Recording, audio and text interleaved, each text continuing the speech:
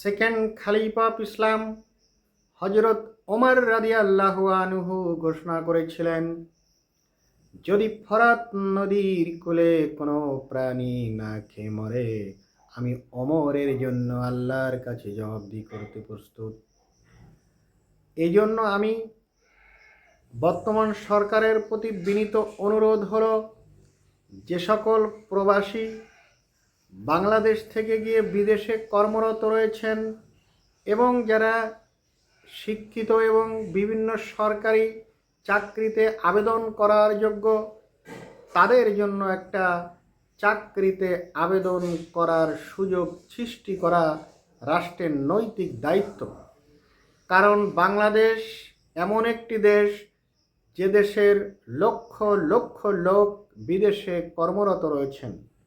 যে সকল সন্তানেরা অনেক বড় আশা নিয়ে লেখাপড়া করেছিলেন, অনেকে এসএসসি পাস করেছেন, এইচএসসি পাস করেছেন, অনার্স মাস্টার্স করেছেন, অনেকে ফার্স্ট ক্লাস পেয়েছেন, কিন্তু আর্থিক দারিদ্রতার কারণে বিদেশে তাকে অবস্থান করতে হচ্ছে। সেই ক্ষেত্রে সরকার যদি ইচ্ছা করে, আগামীতে স্বাস্থ্যে প্রায় 1 লক্ষ লোকের নিয়োগ হবে, প্রাইমারিতে 70-75 হাজার লোকের নিয়োগ হবে, এনটিআরসিএতে 70-75 হাজার লোকের নিয়োগ হবে।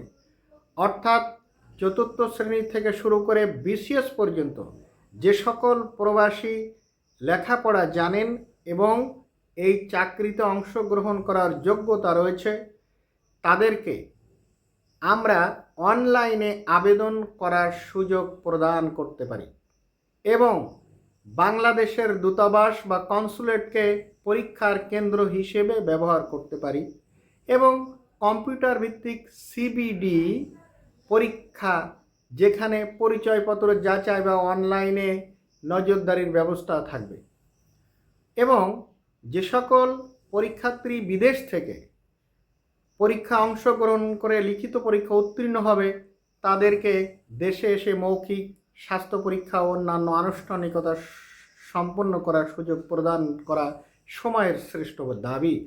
আমরা গ্লোবালাইজেশনের যুগে বসবাস করি। যে সকল প্রবাসী ভাইরা, তারাও আমাদের দেশের নাগরিক। এদেশের আর্থিক সমৃদ্ধির জন্য তারা 50 ডিগ্রি তাপমাত্রায় পরিশ্রম করে এদেশের অর্থনীতিকে উজ্জীবিত করার চেষ্টা অব্যাহত রেখেছে এবং মালয়েশিয়াতে সাপের মুখের থেকে কঠোর পরিশ্রম করে আমাদের দেশে টাকা প্রেরণ করছে। সেজন্য আমি মনে করি, প্রবাসী যে সকল ভাইরা রয়েছেন, সরকারি চাকরিতে আবেদন করার অধিকার তাদেরও রয়েছে।